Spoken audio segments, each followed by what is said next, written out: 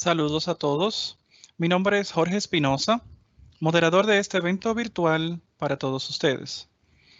En nombre de la Fundación Global Democracia y Desarrollo, FUNGLODE, de su presidente, el Dr. Leonel Fernández, del Centro de Estudios de Economía y de nuestro director ejecutivo, el Dr. Marco Herrera, reciban la más cordial bienvenida a este webinar COVID-19, oportunidades dentro de una amenaza, desarrollado hoy, martes 22 de septiembre del 2020, a través de Microsoft Teams, modalidad streaming.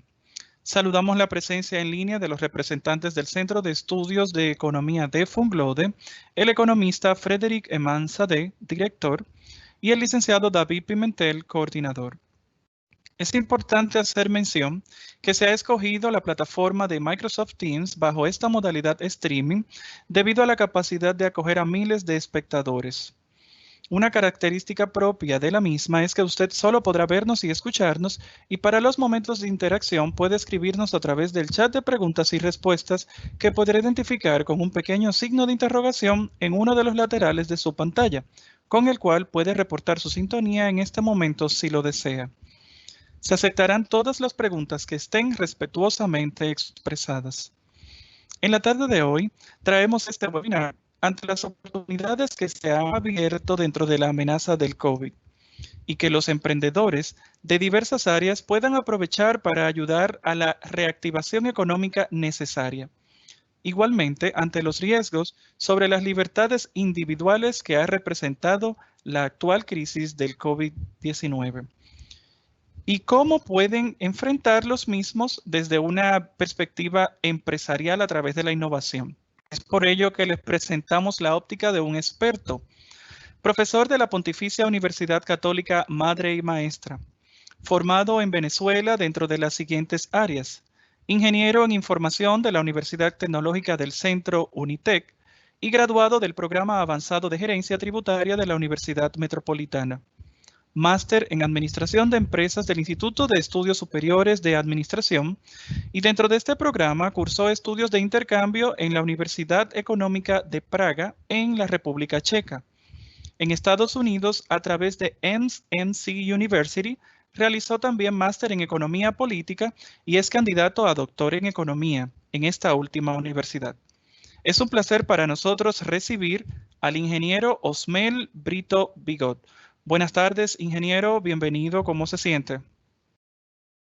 Buenas tardes y muchas gracias por la invitación a FUNGLODE, por presentarme. Espero que me escuchen bien. A David Ricardo también muchas gracias por la invitación. Y hazle extensivo también a Frédéric, buen amigo que me abre las puertas de la fundación como tal. El tema de hoy que me pidieron que conversáramos tiene que ver sobre las oportunidades dentro de esta amenaza que ha representado el COVID. No sé si se ve ya la presentación. Déjame ponerla aquí. Estamos a la espera de su presentación. Le escuchamos perfectamente. Ajá. ¿Ya logran ver la presentación? Sí, ¿verdad? Ahora sí le vemos. Perfecto. Perfecto. Me disculpan que no tenga video. Fue un accidentico aquí con la cámara, pero ven mi foto y me podrán ver. Aunque la foto del póster es una foto vieja de cuando estuve por ahí en FUNGLODE. Fíjense bien, el COVID, esta situación inusitada del COVID-19, podemos decir que ha cambiado la realidad económica y social de todos los países en los cuales se ha afectado.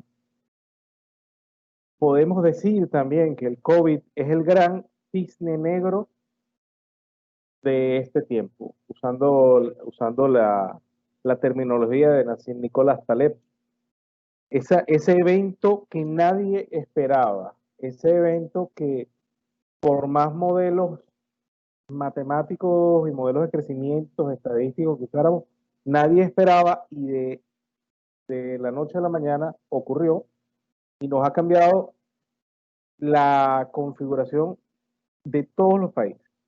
Empezando primero por siendo una enfermedad altamente contagiosa, desconocida, porque es un virus que poco conocimiento científico se tenía alrededor del tema. La respuesta de muchos países, pues cerrar sus economías en algún punto tardío y en algunos puntos temprano, para evitar mayores tasas de contagio. Esto ha resultado en, como pongo en la lámina, y es una opinión por lo menos personal, mucho de un acto de irracionalidad colectiva más grande de la historia contemporánea, porque nos ha llevado a que estimaciones del Fondo Monetario Internacional, por ejemplo, hablan de que el PIB mundial va a decrecer un 5%. Uno diría, bueno, 5% es poquito, pero si estamos hablando del PIB mundial, son millones, diría hasta billones de dólares perdidos en economía, de puestos de trabajo perdidos, de riqueza generada, de riqueza destruida, y que se ve impactada en mayores niveles de pobreza. 90% de la educación presencial ha sido cerrada alrededor del mundo, mayor o menor tasa. Aquí en la República Dominicana la tasa es más o menos similar. Yo que doy clases en la universidad, en la Pontificia Universidad Católica Madre y Maestra, ya tengo dos cuatrimestres, perdón, en donde las clases las doy a distancia utilizando este tipo de herramientas que, aunque te permiten estar en línea, digamos, con los estudiantes, genera una serie de retos también alrededor de la educación que hay que enfrentar. Y yo creo que el primer reto, digamos, en mi caso personal, yo vengo del área de tecnología, para mí era habitual trabajar con este tipo de herramientas. La maestría en SMC University yo la hice completamente virtual, cosa que era innovador para el momento que yo estudié, pero requiere una cantidad de habilidades tanto del lado del profesor como del lado del propio estudiante, habilidades y actitudes respecto de esto, que nos tocó asumirlas de golpe. El incremento en el uso de Internet ha sido brutal, un 25% en el uso de Internet ha impulsado que, por ejemplo, la penetración del Internet, que ya el Internet, la penetración era bastante más rápida. Recordemos que la penetración del teléfono fijo, como lo conocíamos, tardó alrededor de 50, 60 años en tener una penetración de más del 85%. El Internet en menos de 25 años ya llega a niveles de penetración de 40 y 50% en 25 años. Y con esta crisis, obviamente, se ha incrementado el uso de Internet. No quisiera ahondar más en la crisis porque, bueno, yo creo que todos los quienes estamos en la presentación y que tienen el placer de escucharme, todos de alguna u otra manera estamos imbuidos en esta dinámica del COVID. A todos nos alejaron de los puestos de trabajo, ahora tenemos que trabajar en casa, quienes estudian tienen que visualizar clases en este tipo de herramientas. Y el elemento común de todo es, bueno, el gran encierro al cual nos han confinado en la mayoría de las sociedades.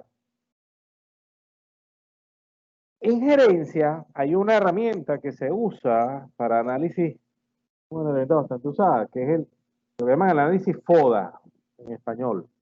Análisis de fortalezas, oportunidades, debilidades y amenazas.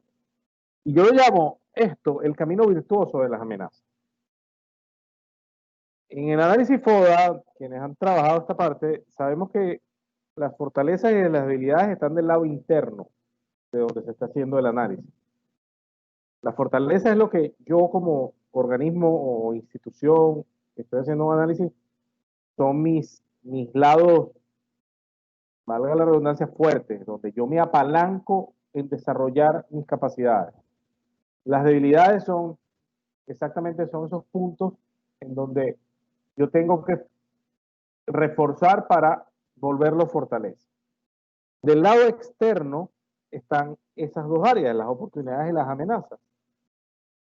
Y yo soy de los que cree que lo importante es trabajar con las fortalezas que tenemos y ver esas amenazas que se presentan en el exterior y ver cómo se transforman en oportunidades para luego aprovecharlas y traerlas al lado interno como fortaleza.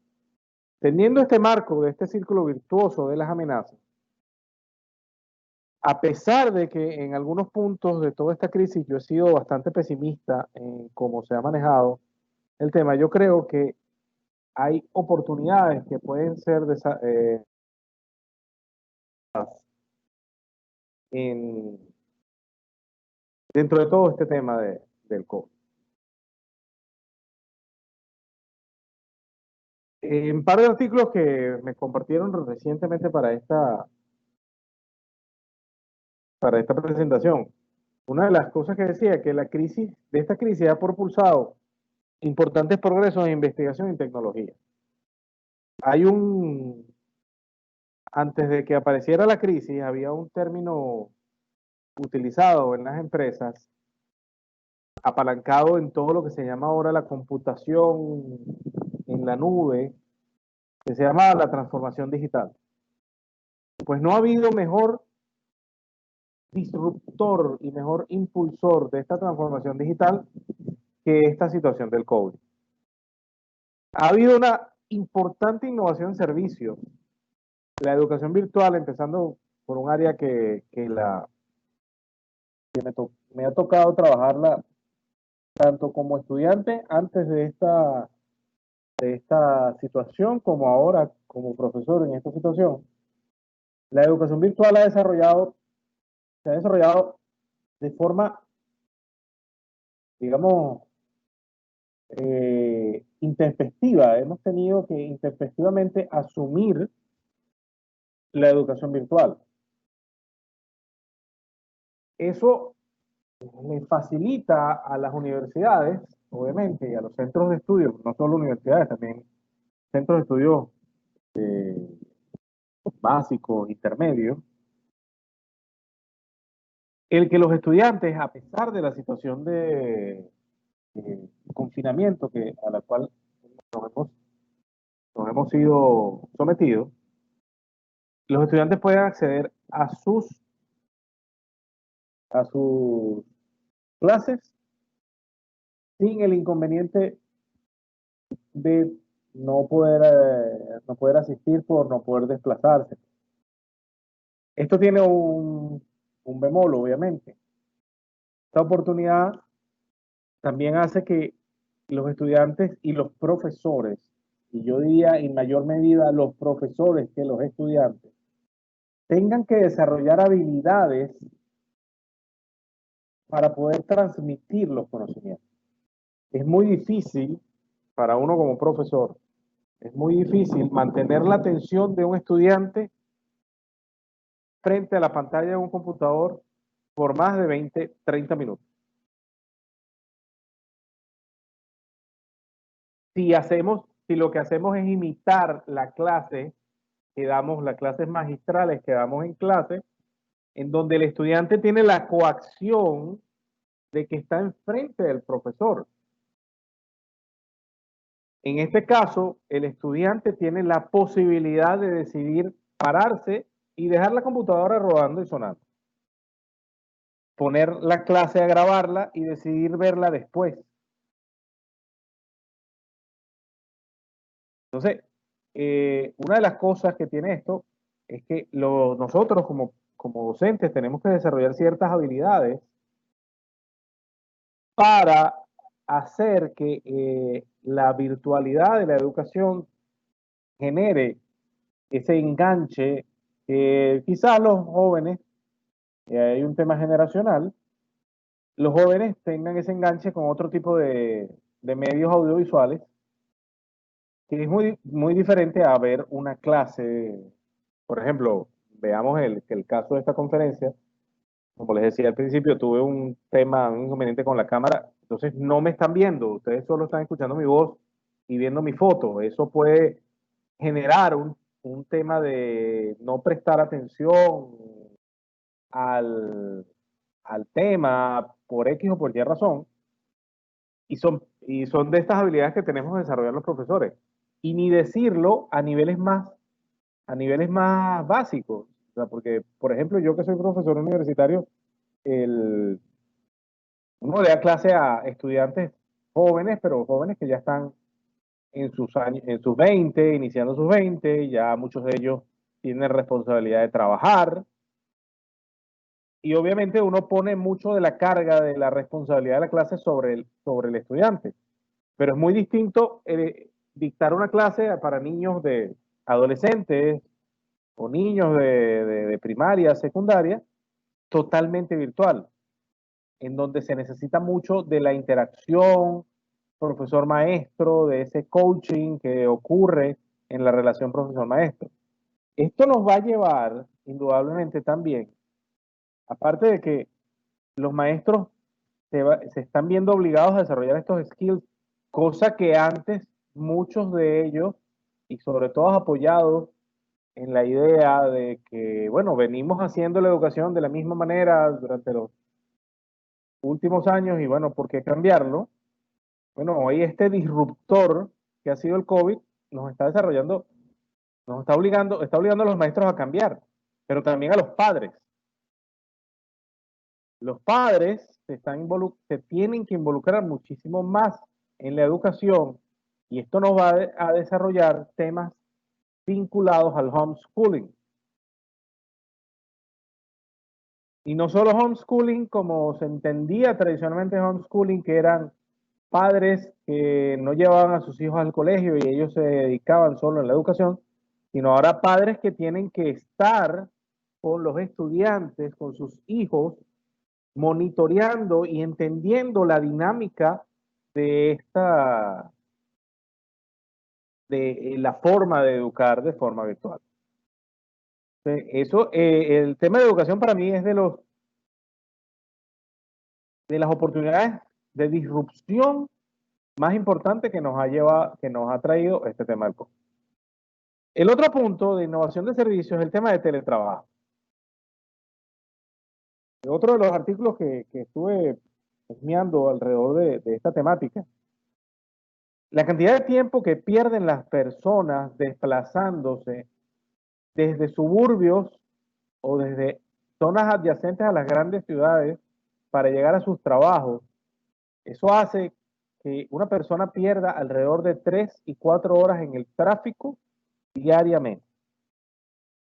3 y 4 horas que pueden ser dedicadas a su trabajo, que pueden ser dedicadas a su vida personal y que la estamos perdiendo por, bueno, la configuración de las ciudades, las grandes ciudades y, digamos, en los países desarrollados se ha desarrollado mucho el tema del transporte sin necesidad de los vehículos. Me acuerdo las veces que me he quedado, cuando viajo a Estados Unidos, a veces me gusta quedarme en suburbios, fuera, y para vivir la aventura de tomar un tren, irme en tren a la gran ciudad o tomar el transporte público, el metro, todo esto. Pero en nuestras grandes ciudades eso se vuelve difícil. En los países, sobre todo aquí en Latinoamérica, se vuelve difícil porque, bueno, está el tema de la gran ciudad, el transporte público no es de buena calidad, genera ciertos problemas, entonces obviamente preferimos el tema del vehículo y hace que las vías se hagan insuficientes para trasladarse. Bueno, se desarrolla el teletrabajo, las empresas muy tradicionales. Tengo varios clientes míos que han sido movidos a muchas de sus áreas, llevarlas a áreas de teletrabajo. Incluso áreas que naturalmente debían haberse hecho como teletrabajo. Áreas como el soporte, las áreas de call center, por ejemplo, soporte técnico. ¿Por qué call center? Tenemos que tener grandes edificios de call center. La gente puede hacer call center desde sus casas, siempre que tú le des todas las herramientas disponibles. El tema de soporte técnico de usuarios, ahora que la computación permite y las innovaciones en telecomunicaciones permite conectarnos, ver qué está haciendo el usuario en su máquina, en su celular, controlarle el celular y desarrollar y ayudarlo a resolver sus problemas de soporte técnico. Desde esas áreas que eran tradicionalmente o naturalmente llevables al teletrabajo, a áreas como las áreas de ventas tradicionales, ventas de productos, ventas de servicios, hacerlas completamente en teletrabajo. Y sobre todo que el que lo haga una empresa de tecnología, mi propia práctica profesional, yo tengo una empresa de tecnología en donde nosotros hacemos mucho de teletrabajo. La atención a nuestros clientes completa desde que empezó la situación del COVID ha sido teletrabajo. Nuestros consultores en muchos casos trabajan desde sus casas y en otros casos, bueno, asisten a la oficina, pero es por la facilidad que la oficina le queda caminando a una cuadra de su casa. Pero si no, ellos me dicen, no, yo me quedaré en mi casa. Porque obviamente el teletrabajo también genera otras situaciones a las cuales hay que tener presente. Salir de la casa a un ambiente distinto del trabajo, o sea, a un ambiente distinto en donde tú realizas tu trabajo, es necesario para el ser humano. El ser humano necesita y hay estudios psicológicos que indican que el ser humano obligatoriamente tiene que tener esa separación de un ambiente donde te dediques al trabajo separado de la casa. Hoy en día el teletrabajo nos lleva a que los dos ambientes no se separan. Abruptamente nos obligaron a asumir este teletrabajo y hemos tenido que acondicionar nuestras casas. Muchos de nosotros, por ejemplo, en mi caso, cuando me tocó empezar a trabajar aquí en la casa, yo me sentaba en la sala, en la mesa de la sala. Las sillas del comedor no están hechas para trabajar 3 y 4 horas sentados. Entonces yo tuve que traerme una silla de mi oficina para acondicionar un espacio en mi casa en donde yo pudiera trabajar 3, 4 horas sentados condicionados. Esta misma situación se le presentó a varios amigos, varios conocidos. Recuerdo que una amiga me pregunta que dónde yo tenía las sillas, que dónde yo la había comprado. Yo dije, no, yo me la traje de mi oficina, pero esa yo las compré en una tienda, no voy a decir el nombre para no promocionar, pero una tienda que dedicada a eso. Cuando ella fue, ella me dice, no, pero es que las sillas se acabaron, se agotaron. Porque mucha gente también se vio en la necesidad de transformar sus ambientes de casa en ambientes de trabajo, donde pudieran estar por lo menos sentados 3, 4 horas corridos, atendiendo la necesidad de trabajo. Eso nos lleva también a las necesarias actividades de salir de casa. Por ejemplo, una persona que trabaja 8 horas, entonces terminas las 8 horas y no sales de tu casa. Usualmente la dinámica de la antigua realidad era que, bueno, tú trabajabas, salías, compartías con personas, después te ibas a tu casa o te ibas a una actividad tipo gimnasio, tipo una actividad social. Hoy en día nos estamos viendo constreñidos en eso y eso puede generar estrés importante en las personas. Creemos que el estrés es solo por ir al trabajo, ¿no? El estrés puede generarse también, el trabajar desde casa puede generar un estrés importante, pero también genera cuestiones virtuosas alrededor de estar cerca de los tuyos, tener un contacto más cercano con tus hijos, las personas que tengan hijos, con tu familia, con tus padres, con tu esposa, con alrededor de. El tercer punto donde yo veo donde se pueden desarrollar excelentes oportunidades para... ya antes de pasar con el tercer punto, el teletrabajo, el hecho de ahorrarnos las horas que nos desplazamos, nos permite incrementar la productividad enormemente. En otro artículo que me hizo llegar David, decía que con las desregulaciones económicas en los años 80, los incrementos de productividad podían haber llegado a 5 o 6%. Estamos hablando que ahora con esto de trabajar en casa y trabajar remoto y teletrabajo, podemos estar hablando que los incrementos de productividad pueden estar alcanzando 12, 15%. Y recuerden que los incrementos de productividad, la productividad, como yo le explico a mis estudiantes de economía, la productividad no es más que hacer más cosas en la misma cantidad de tiempo. Entonces, si tenemos hoy más horas disponibles para descansar y sentirnos más atentos y desarrollar más cosas en el tiempo de trabajo que tenemos, podemos hacer que la economía se dinamice de una manera importante. El otro punto era el desarrollo de mejores servicios de delivery. Una de las cosas que a mí me sorprendió aquí cuando yo vine a vivir a República Dominicana era el tema de la cultura delivery que había aquí en República Dominicana. Tú encontrabas el colmado más pequeño en el sitio más lejano de la ciudad y ese colmado tenía un delivery. El negocio que fuera tenía delivery. Con el desarrollo de estas aplicaciones internacionales, llámese Uber, esto potenció el tema del delivery.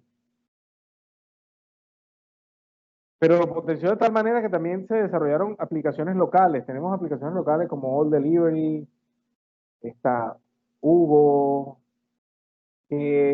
incluso hay una que se llama Colmap, que se desarrolló junto con la cervecería. Aplicaciones locales que potencian el tema del delivery. Eso permite, por ejemplo, a negocios tipo restaurantes, que fueron de los más afectados durante esta época de pandemia, que en la medida que la economía se abra, puedan generar ese movimiento que se van a ver restringidos por las restricciones en cuanto a ocupación. Ya hay países desarrollados en donde, incluso países de la región, donde los niveles de ocupación de restaurantes no les están permitiendo más del 25%. Aquí no recuerdo más o menos cuánto está, pero debe estar más o menos alrededor de esas tasas, 25, 50%. Entonces, el desarrollo de mejores servicios de delivery, apoyados sobre todo en tecnología, permitiría compensar estos servicios, los servicios de restaurantes, servicios de... Incluso los supermercados han desarrollado, los dos grandes supermercados aquí del país, llámese el Grupo Ramos, La Sirena y Centro Cuesta, el Nacional, ambos dos desarrollaron servicios de supermercado virtual, por ejemplo, y eso en los momentos más duros de la pandemia facilitaron mucho el tema de hacer las compras. Y fíjense algo que hay que tener en cuenta, estas disrupciones ocurren muy a pesar de que la mayoría de la gente no las lleve a cabo. Y les pongo el ejemplo sobre todo de los supermercados, porque cuando la propia aparición de los supermercados, muchos de nosotros no concebimos un mundo sin supermercados como los conocemos hoy, pero los supermercados como los conocemos hoy fue un invento de alrededor de los años 40 más o menos. Y mucha gente decía, pero porque hacia los años 40 lo que conocemos como colmados eran o boticas o de abastos, Son diferentes nombres que se pueden usar para esto. Siempre había una persona, el dueño o el encargado de la tienda era quien te despachaba los productos. Entonces, cuando aparecieron los primeros supermercados en donde la gente iba y escogía su producto, generaba la pregunta de, pero ¿por qué yo voy a ir a un sitio donde no tengo a nadie que me atienda y yo voy a agarrar el producto? Generó toda una serie de preguntas. Hoy en día también vamos a estar enfrente de estas preguntas. ¿Cómo es eso de que yo voy a comprar no sé, la carne que me como, yo la voy a comprar con un clic en la computadora, sin verla, sin ver el color, sin ver? Bueno, esto nos va a facilitar la vida. Es un punto de disrupción, obviamente, es un punto de disrupción en donde muy pocos lo van a hacer, pero en la medida que muchos lo hagan, va a generar otras virtudes, o sea, va a generar espacios. A veces nos cuesta ir al supermercado en los momentos más difíciles de la pandemia. De las cosas más complicadas era ir al supermercado porque tenías que hacer una fila, que si entras por el número de cédula, que si las filas al pagar, no había los productos, en los primeros momentos se agotaron. Entonces, y en la vida normal también, o sea, los días de quincena a veces te cuesta porque hay muchas personas. Hacerlo por internet y, por ejemplo, hoy en día está bastante, estos portales que les comentaba de estos dos grandes supermercados locales, son sencillos, son portales en donde tú escoges, pero quién quita si ellos pueden desarrollar eh, portales al estilo de lo que es, o conocemos hoy como Amazon, en donde te recomiende, incluso te diga, bueno, tú, por decir un producto, el aceite de comer, tú lo compras cada 6 semanas. Bueno, cada 6 semanas él va a tener una recomendación, incluso si tú eres tan avesado, te lo va a comprar y te lo va a llegar a tu casa. Eso es una muy buena oportunidad. Eso ya sucede hoy, o sea, no es algo que yo estoy elucubrando. Esto ya sucede hoy, en Amazon ya sucede. Si usted compra, por ejemplo, vitaminas en Amazon usted puede suscribirse y él ya sabe que más o menos la vitamina le va a durar 8 semanas en base a la dosis recomendada, y a las 8 semanas automáticamente Amazon va y le hace el paquete de envío de la vitamina, por ejemplo, por decir un ejemplo. O con el dispositivo, Amazon tiene un dispositivo que es un botoncito que está conectado al Wi-Fi, entonces el detergente se acabó, entonces usted le da el botoncito y ya el botoncito arma la compra y ya le llega a usted a la puerta de su casa el detergente. Eso lo podemos hacer aquí, y las empresas dedicadas al retail están dando sus primeros pasos, y esta disrupción yo creería que las va a llevar a eso. Entonces, por ejemplo, eso a los consumidores nos facilita dos cosas. Primero, nos abarata la vida, nos facilita la vida, nos quita tiempo, nos libera tiempo. El recurso más escaso que tenemos los seres humanos es el tiempo. Y el último punto de innovación que a mí me parece importante resaltar es la incorporación de pagos electrónicos en sectores no tradicionales. Y por eso les pongo la imagen ahí.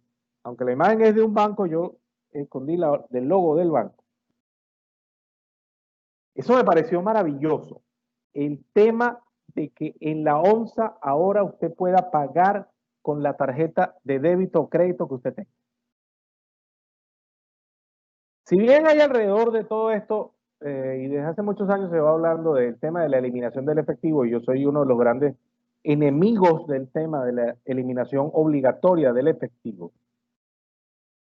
Yo soy un fanático del uso de todos los medios, de todos los medios electrónicos. Yo siempre hago la anécdota que la primera compra que yo hice en Amazon está registrada en el año 98, cuando nadie en Venezuela pensaba comprar por internet. Cuando Amazon solo vendía libros, yo me arriesgué a comprarme un libro en Amazon. Porque yo creo que todos estos mecanismos, todos estos servicios que ofrece la banca y que ofrecen los servicios financieros, están para facilitarle la vida a uno, hacerle la vida fácil. Me acuerdo en Venezuela, Estoy hablando año 93, 94. Un banco en Venezuela, yo estaba estudiando en la universidad en esa época, y un banco en Venezuela ofrecía que ya uno podía pagar con la tarjeta de débito, algo que consideramos hoy muy común. Y yo me acuerdo que yo fui a una tienda y yo dije, bueno, aquí está mi tarjeta, usted tiene punto de este banco, yo quiero pagar. Y en la tienda no sabían qué hacer. O sea, fue algo así que, pero ¿qué es esto? El banco, aquí está la publicidad, dice que yo puedo pagar con mi tarjeta de débito.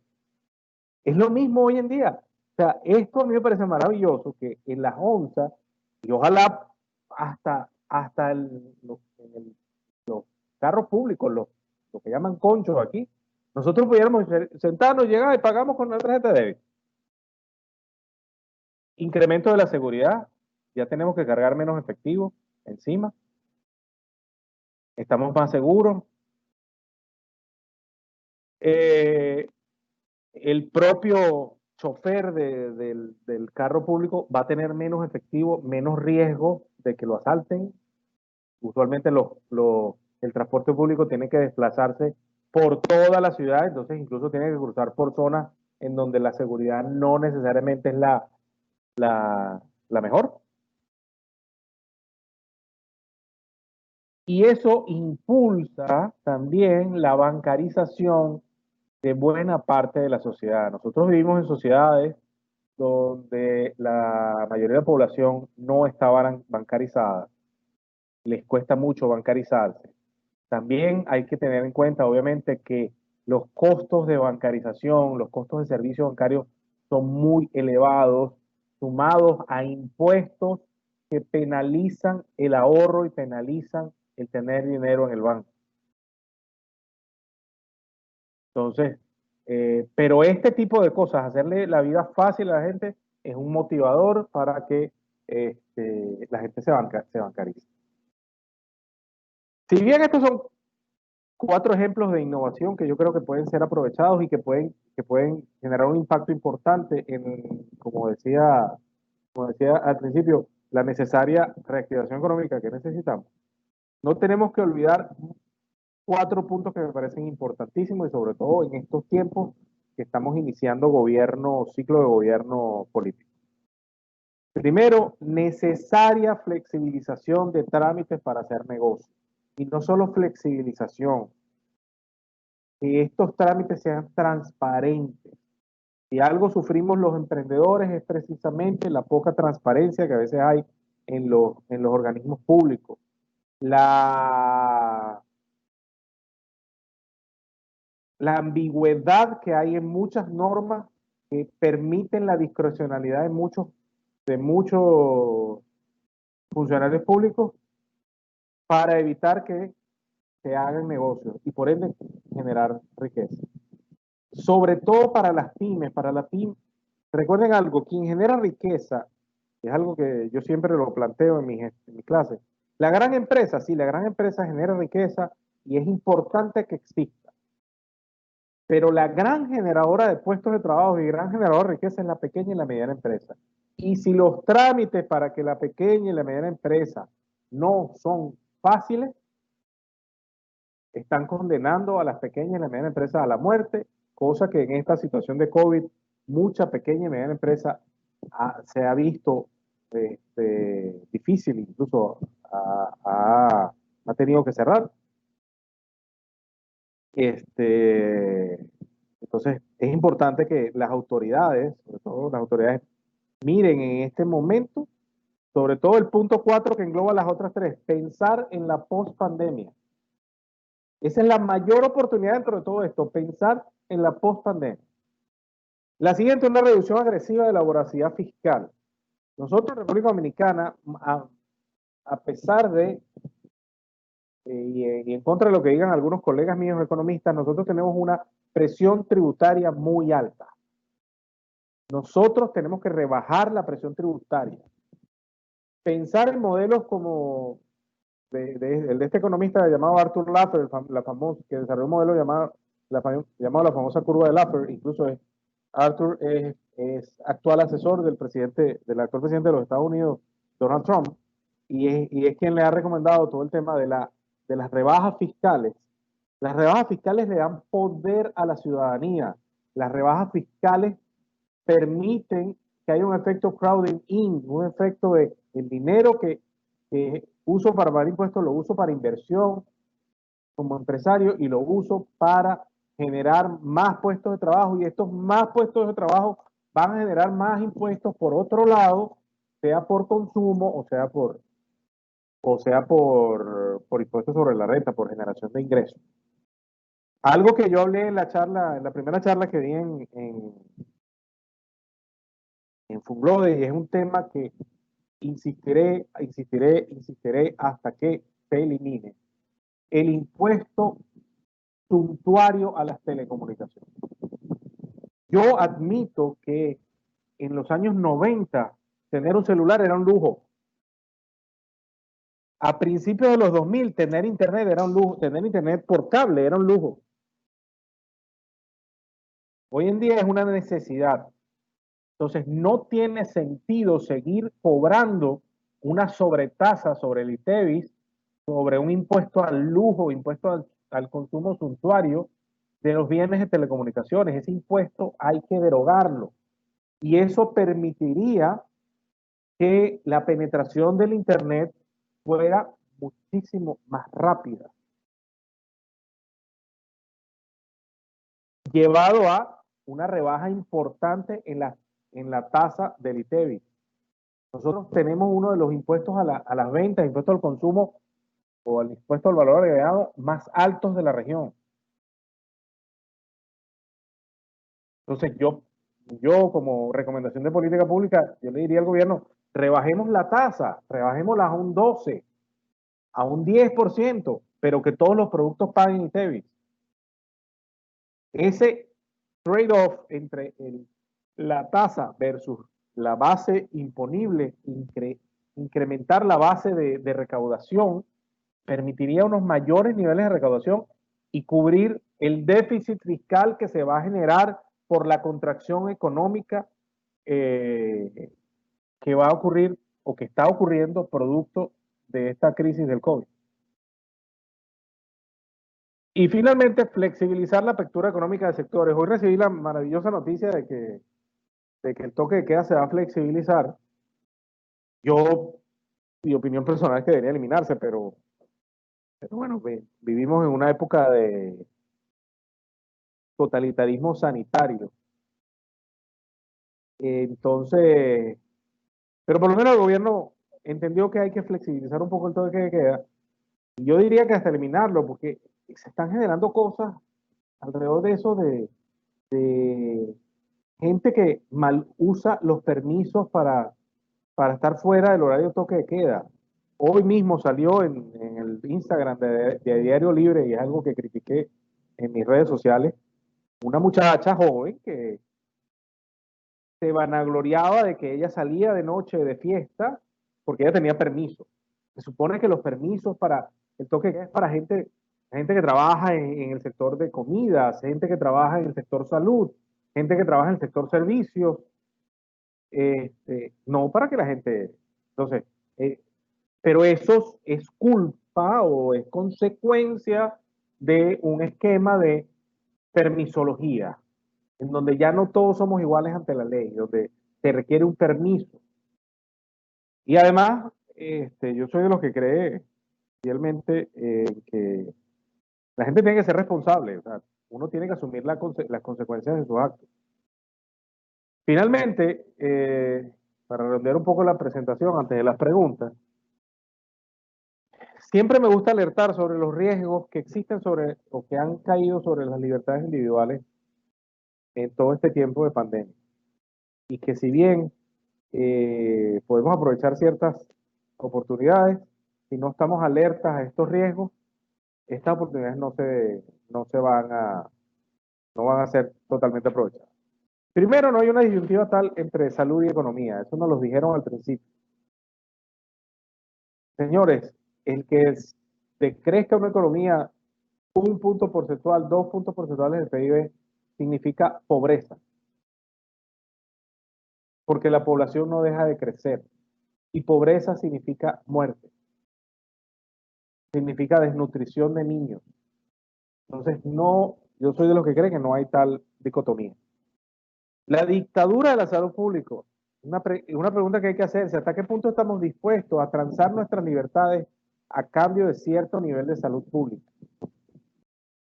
No, yo no soy un negacionista del COVID, yo entiendo que el COVID existe, que es una enfermedad altamente contagiosa, pero es una enfermedad con una tasa de mortalidad muy baja. Al principio no se sabía, hoy tenemos estadísticas que lo dicen abiertamente: es una enfermedad con una tasa de mortalidad muy baja, una tasa de mortalidad focalizada, gente que tiene comprometido el sistema inmunológico, gente que tiene después de cierta edad. Y algo que me parece muy peligroso, que nadie está cuestionando este autoritarismo sanitario. Nadie lo está cuestionando. Quienes nos atrevemos a cuestionarlo somos herejes, porque llegamos a un punto hasta de inquisición, digámoslo así. Quien se atreve a cuestionar lo que dicen las autoridades es llevado a la hoguera. Entonces, yo creo que es algo que tenemos que tener muy en cuenta. Y un punto que quizás no lo puse aquí, pero me parece importante: tenemos que estar muy pendientes de las finanzas públicas de los gobiernos. Como les dije, esta caída del PIB va a llevar a que muchos gobiernos se vean en la tentación de incrementar el gasto público, pero de mala manera, es decir, con emisión monetaria o con endeudamiento público desaforado. Yo soy de los que cree, yo intento ser optimista en la idea de que si mejoramos las políticas económicas, sobre todo las políticas tributarias, que flexibilizamos, las rebajamos y hacemos que la economía fluya, ese proceso acelerado de la economía va a compensar la caída y va a compensar la caída de ingresos que va a tener los gobiernos para los planes. Bueno, hasta aquí mi charla. Quisiera dejar abierto el espacio para cualquier comentario, preguntas que tengan a bien hacer. Muchísimas gracias, ingeniero. Estamos hablando con el ingeniero Osmel Brito Bigot en esta interesante exposición COVID-19, oportunidades dentro de una amenaza. Vamos, tal cual como ha dicho el ingeniero, vamos a proceder con la sección de preguntas y respuestas, las cuales recordamos a nuestros espectadores que pueden escribirnos a través del chat en línea, identificado con un pequeño signo de interrogación en uno de los laterales de su pantalla. Ha estado todo esto muy interesante, ingeniero, todo lo que ha expuesto. He tomado inclusive algunos apuntes para debatir con usted en la medida de lo posible según el tiempo. El ingeniero nos habla de unos ejes interesantes e importantes que a las que se le puede sacar provecho durante este periodo de pandemia, ¿no?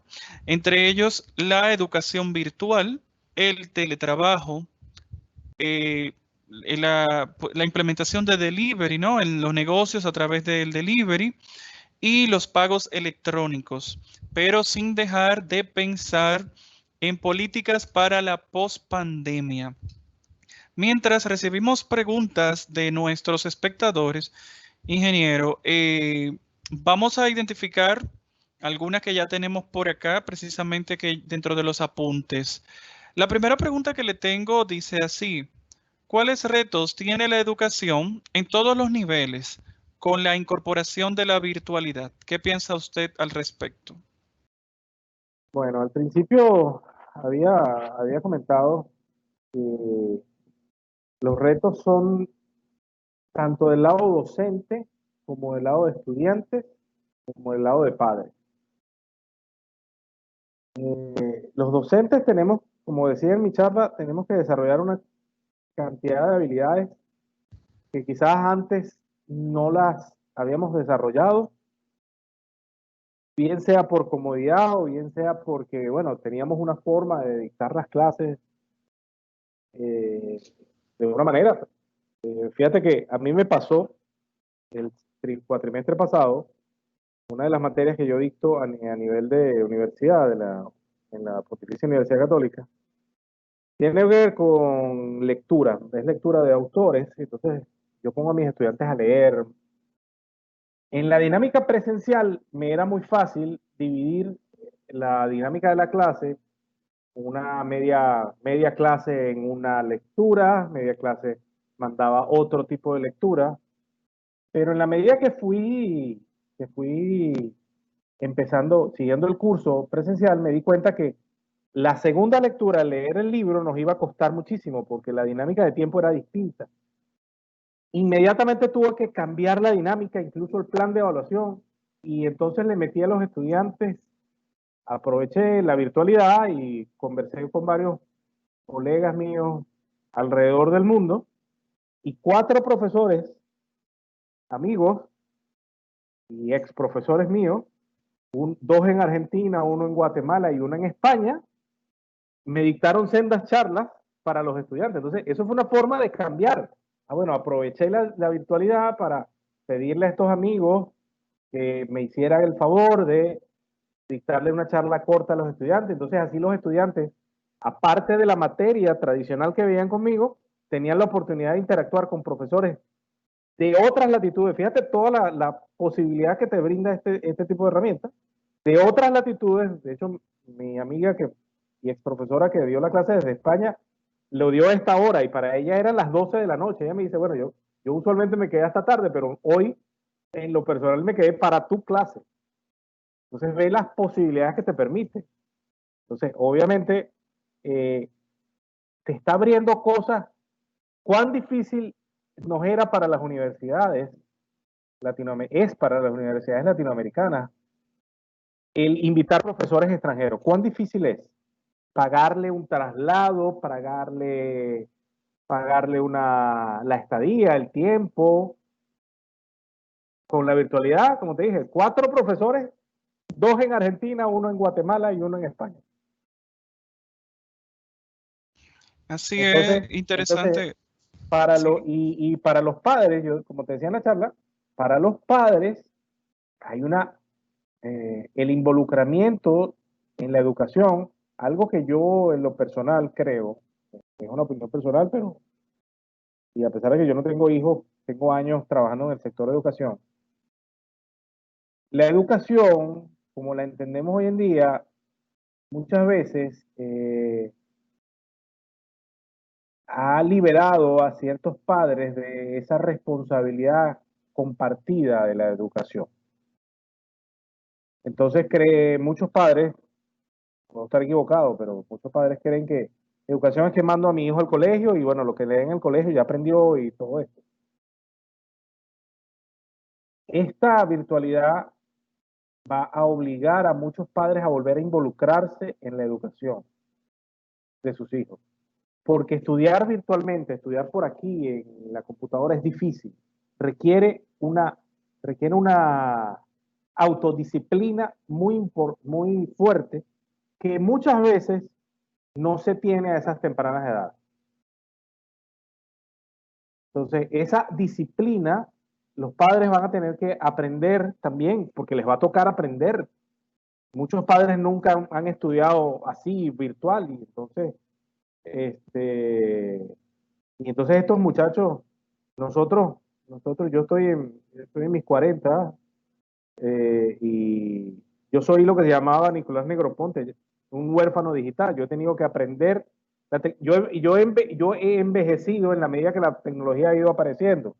Los muchachos de ahora o sea, la tecnología es algo que estuvo siempre presente con ellos. Entonces, para uno es difícil, ni te digo, para los padres debe ser sumamente difícil el tema de aprender qué es una app, una aplicación, que si el Zoom, que si el Teams, que si el Moodle para bajar los temas, que si el campus virtual, que si el Drive, que si no sabes la cantidad de terminología alrededor de esto. Y digo, yo porque estoy metido en mi práctica profesional es esto, pero a veces es difícil para un profesor y para un padre muchísimo más. Sí, es cierto, ingeniero. Hemos escuchado, bueno, conocemos personas que se enfrentan con estos casos. Por ejemplo, en el caso de los padres que tienen niños, ¿no? Que están incorporándose. Primero también uno de los retos es también que el niño se concentre a través de la virtualidad, porque no es lo mismo. Y realmente sí, hay muchos retos en Am, el proceso de adaptación también, de cómo hacer el trato precisamente virtual de manera sin ruido, o sea, que todo salga impecable. Hay de ciertos detalles que por supuesto escapan a veces de algunas cosas. Muy interesante y esto que nos dice. Motivamos nuevamente a las personas que nos sintonizan, nuestros invitados. Recuerden, pueden hacer sus preguntas a través del chat en línea. Recordando que estamos hablando con el ingeniero Osmel Brito Bigot en esta interesante conferencia COVID-19, oportunidad de una amenaza. Tengo otra pregunta para usted acerca del teletrabajo. ¿Usted cree que debe hacerse obligatorio el teletrabajo en la pospandemia y que debe regularse el mismo? Mira, yo soy proclive a que no haya mayor regulación que los acuerdos libres y voluntarios, ¿no? Eh, no hay las leyes laborales nunca previeron, más allá de trabajos tipo call centers, ese tipo de cosas, no se previó mucho más del trabajo de teletrabajo. He escuchado en países como España, por ejemplo, que ya están hablando de discutir leyes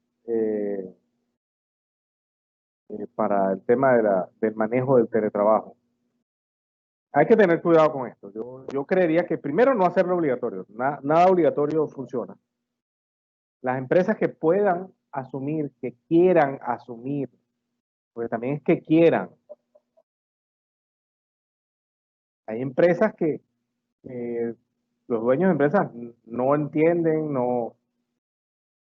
este, no tienen forma de, o sea, no se sienten a gusto, digámoslo así, con el tema del teletrabajo, pues.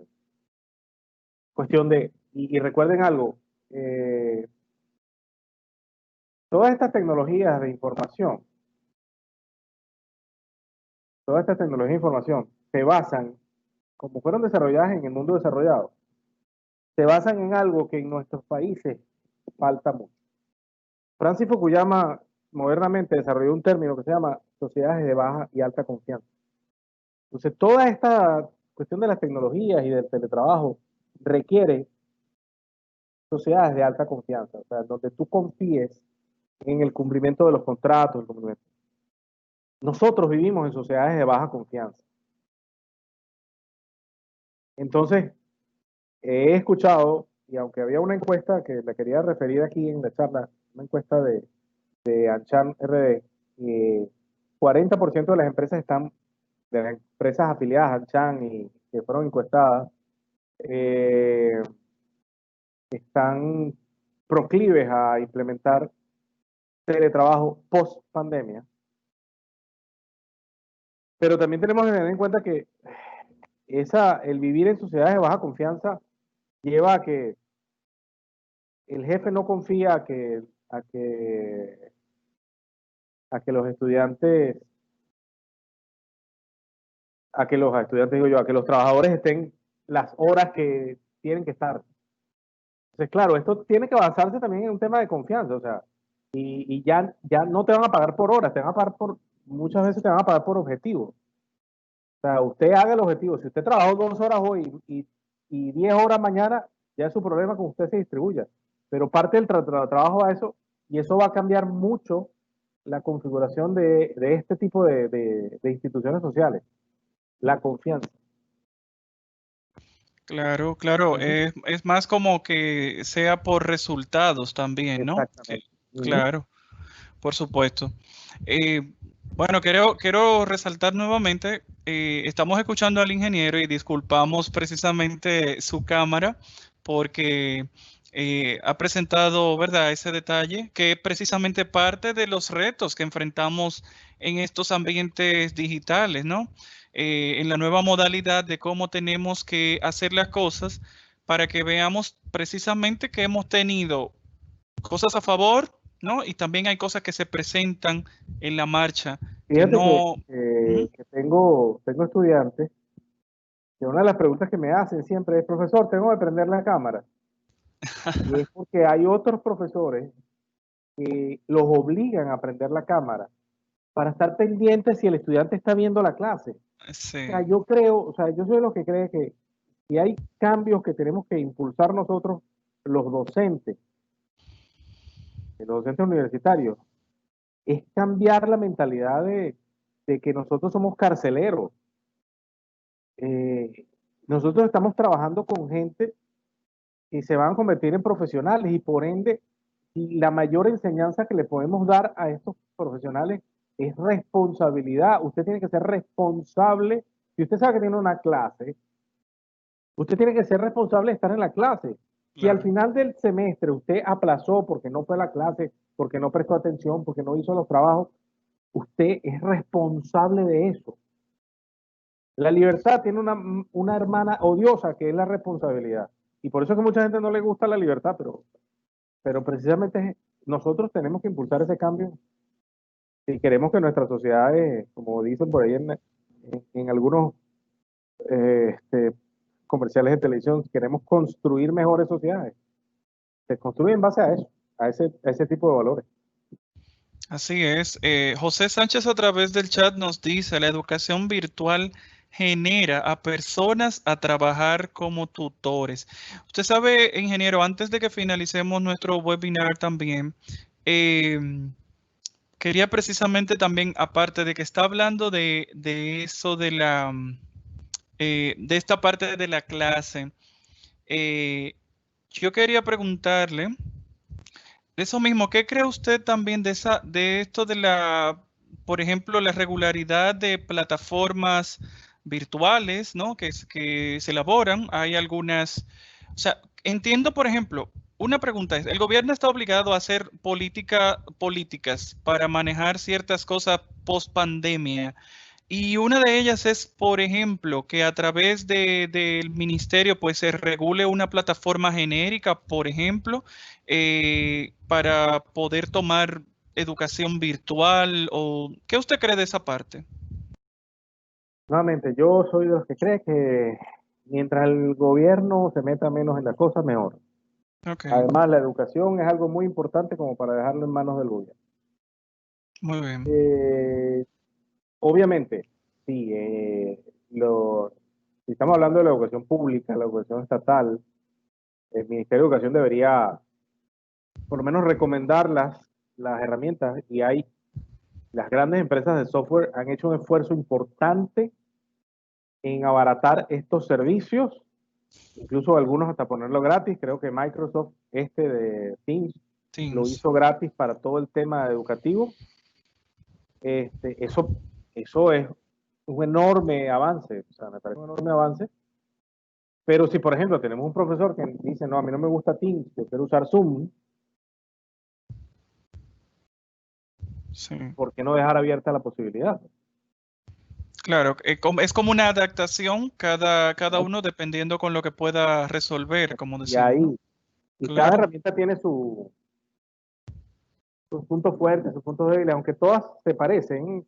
Por ejemplo, yo siempre comento que Teams, por ejemplo, tiene unas áreas de mejoras importantes que ya yo las tenía en otras herramientas que yo usaba. Decía, mira, a mí me gustaría tener aquí esto.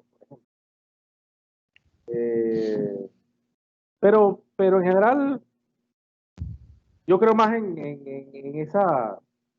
Las herramientas a la larga son herramientas que se coloquen y que cada quien las use en la mejor forma que mejor entienda.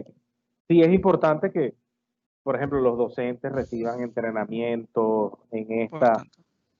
porque pasa, si bien nosotros somos huérfanos digitales, yo, por ejemplo, como te decía, en mis 40 soy huérfano digital, La profesión docente tiene esa desventaja, esa pata coja de que muchos docentes en su formación no les enseñan a lidiar con con el mundo digital. Y hoy en día el mundo digital no es simplemente darle al celular o navegar a internet en 4 o 5 páginas.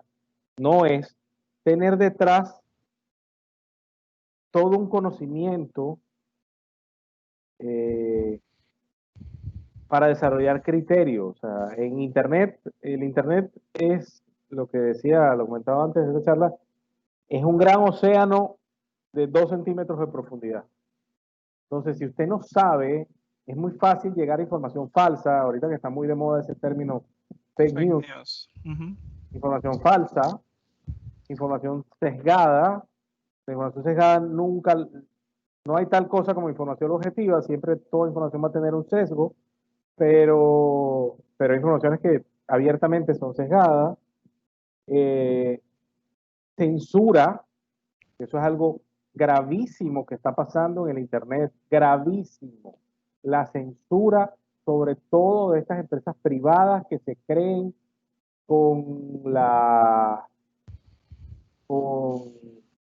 no sé si el derecho, la mejor palabra es el derecho, pero se creen policías del pensamiento único.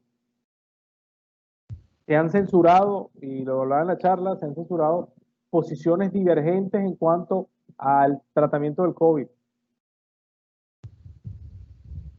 Porque van en contra de lo que estableció la OMS, porque van en contra de lo que estableció los organismos estatales de salud. Entonces, eso es gravísimo, que eso es algo que está pasando. Entonces,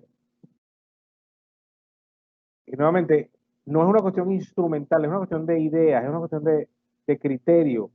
Hace poco estaba en una charla también de todo este tema que se llama Big Data, que es parte, que tiene que ver con mi práctica profesional. Y yo soy de los que cree, en mi formación de economista, está muy presente la idea del conocimiento disperso que no puede ser ni recolectado ni formalizado. Por más bits y bytes de información que almacenemos, nunca vamos a poder manipular a la sociedad, ni predecir la economía, y mucho menos a la sociedad. Porque la economía y la sociedad son órdenes complejos. Y nosotros, por más algoritmos, supercomputadoras, no somos capaces de manipular órdenes complejos. Y en la medida que intentamos manipular los órdenes complejos, lo que hacemos es dañar los órdenes espontáneos que son resultados de estos órdenes complejos. Entonces, si creemos que, por ejemplo, todo esto del Big Data es una cuestión de algoritmos, de usar el algoritmo A o el algoritmo B, estamos errados, y es algo que yo lo advierto en todas las charlas que me ha tocado oír, porque bueno, yo soy computista, yo vengo del lado de la computación, y obviamente nosotros caemos en la tentación de creer que es una cuestión de simple técnica. No, no es una cuestión de simple técnica, es una cuestión... Entonces, la educación, en mi punto de vista, los docentes tenemos esa pata coja de que no tenemos esa formación. A algunos les falta la formación técnica y otros tienen la formación técnica pero no logran desarrollar o no conocen esta otra área que es importantísima tenerla presente al momento de incorporar estas herramientas de tecnología a la educación. Bueno, excelente, excelente. Bueno, retomar entonces los indicadores identificados de innovación por el ingeniero Osmel Brito han sido educación virtual, teletrabajo, delivery y pagos electrónicos. Han sido parte de las innovaciones que ha traído, ¿verdad? El aumento de toda esta parte, innovaciones que ha traído la pandemia, diríamos que al entorno de nuestra economía. Así que bueno, ingeniero, solo nos queda expresar en nombre del Centro de Estudios de Economía de Funglode y de todos sus directivos y representantes nuestro más profundo agradecimiento a usted por aceptar nuestra invitación. Ingeniero Osmel Brito Bigot estuvo con nosotros. Gracias por compartir sus conocimientos. ¿Desea decir algo para despedirse? No, bueno, nuevamente darle las gracias al centro y a mi amigo David, a ti Jorge, a Ángel, que nos sirvieron de soporte a toda esta dinámica virtual. A mi amigo Freddy, por supuesto, mandarle un gran saludo, y a los participantes que estuvieron en la charla, que espero les haya servido de reflexión, de punto de reflexión. No me considero un experto del tema, yo me dedico, mi práctica profesional es ver las cosas, pero sí, creo que tengo algo que opinar al respecto. Bueno, pues para no ser experto, nos ha dicho puntos importantes y hemos tratado temas muy interesantes que estarán disponibles, aparte de los que nos han sintonizado por esta vía, estarán disponibles también en la plataforma YouTube de Funglode. Bueno, agradecer a todo el equipo de trabajo técnico y administrativo que ha colaborado para que este evento virtual se lleve a cabo. Gracias nuevamente a nuestro invitado y por supuesto a ustedes, público, que nos han honrado con su sintonía. Esperamos encontrarnos nuevamente en otro webinar para continuar elevando el conocimiento y el pensamiento crítico. Ha sido un privilegio para mí estar con ustedes en esta tarde-noche. Ya finalizando el webinar de esta tarde, les acompañó Jorge Espinosa. Hasta una próxima. Muchas gracias.